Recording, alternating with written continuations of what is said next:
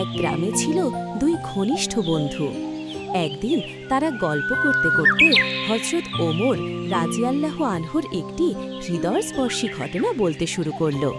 তাদের মধ্যে একজন বলল, দোস্ত, তুই কি হযরত ওমর রাজিয়াল্লাহু আনহুয়ের সেই বিখ্যাত ঘটনা জানিস, যেটা শুনলে আজও গা শিউরে ওঠে? না রে, কোনটা বল, শুনতে চাই। এক রাতে ওমর রাজিয়াল্লাহু আনহু শহর ঘুরে দেখছিলেন তার রাজ্যের মানুষ কেমন আছে। হঠাৎ তিনি বাচ্চাদের কান্নার আওয়াজ শুনতে পেলেন।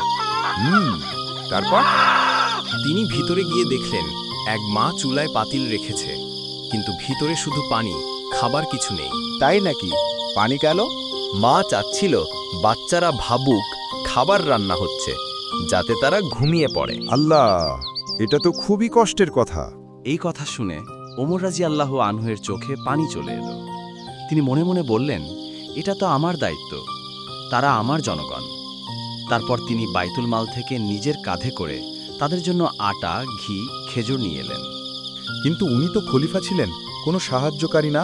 হ্যাঁ, তিনি খলিফা ছিলেন, কিন্তু তিনি তার জনগণের সাহায্য করতেন, কেননা এটাই প্রকৃত খলিফার দায়িত্ব। তারপর তিনি নিজ হাতে আগুন জ্বালালেন, খাবার রান্না করলেন এবং বাচ্চাদের নিজ হাতে খাইয়ে দিলেন। বাচ্চারা যখন হাসল তখন তিনি বললেন, একজন নেতার কাজই হচ্ছে মানুষের পাশে থাকা।